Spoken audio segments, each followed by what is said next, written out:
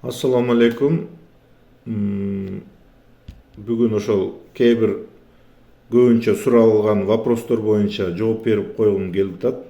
Лечение алып аткан адамдарча.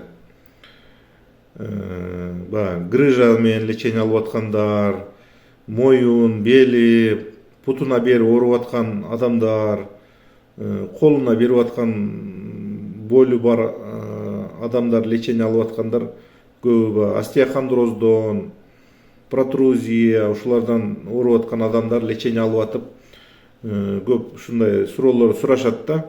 Мисалы үчүн алар айтышат көбү 3 күн лечение алып атам, дагы деле ооруп атат дейт да.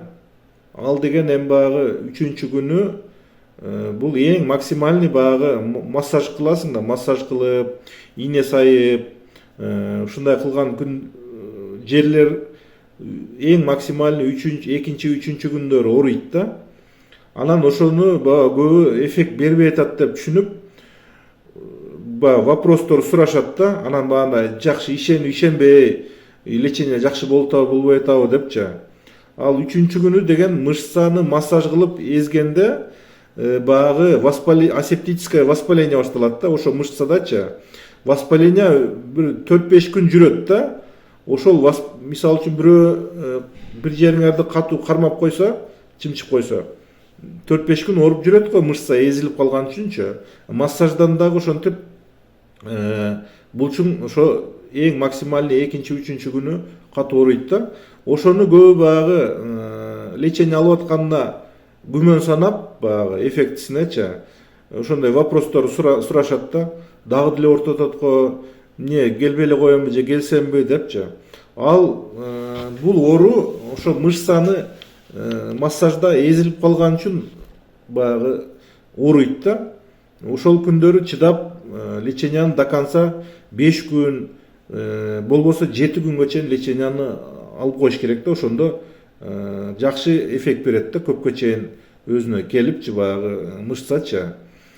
Анан дагы кээ бир суроолор бар. Мисалы үчүн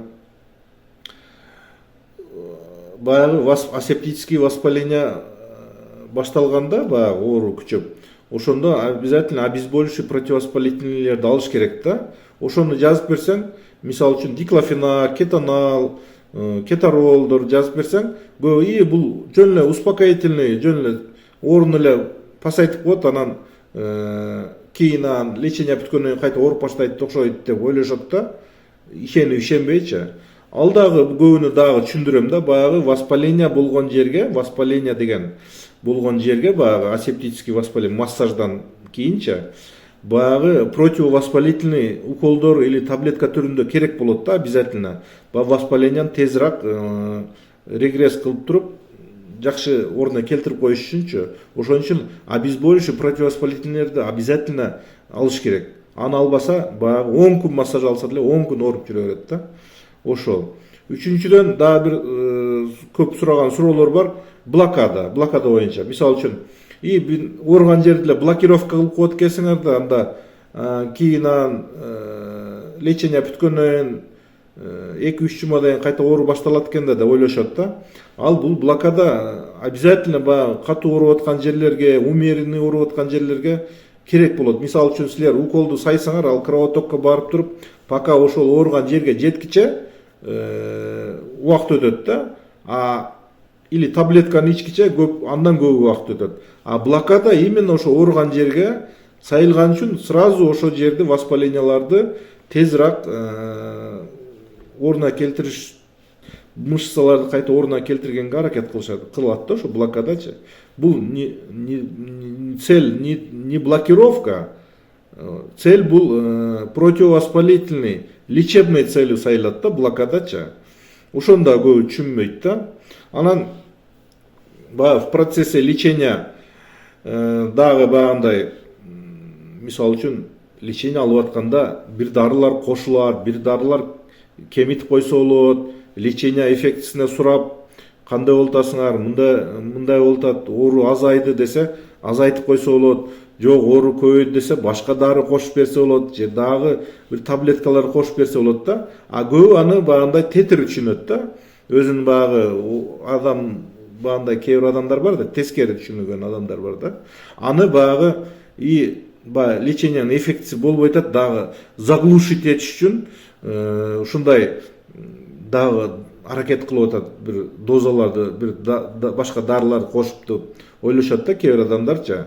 Андай эмес, бул лечение деген, бул врачевание деген, бул творчество да, творчество. Шаблон менен көбүнчө леченияны баштайсың, көбүнө 90% адамга ошол жардам берет да, ошол шаблон менен эле лечение жакшы боло берет да. Анан калган 10%-ине индивидуальный подход талап кылат. Мисалы үчүн, чөтө болбой атат, дагы деле оорутуп атат десе, бир дарыны кошуп койсо болот. Бир эмес, да 2-3 дарыны кошуп койсо болот. Анда мындай кылган физио лечение кошуп койсо болот, же башка парафин кошуп койсо болот дегендейчи. Анан эле баягы бир жазылган лечение баягы өзгөрбөштүк керек деген андай жок. Мисалы үчүн көп ойлошот да баягы, бул биринчи жазган лечениядан башка дарыны кошуп атат, значит бул биринчи коюлган диагноз туура эмес окшойт депчи. Андай эмес, ар биринин оорунун өзүнүн особенносттору болот да. Ошого карап же кемитесин, же лечениясына кошумча бир дарыларды кошуп бересиң да. Ошондо түшүнүш керек да кээ бир адамдарчы. Анан ошол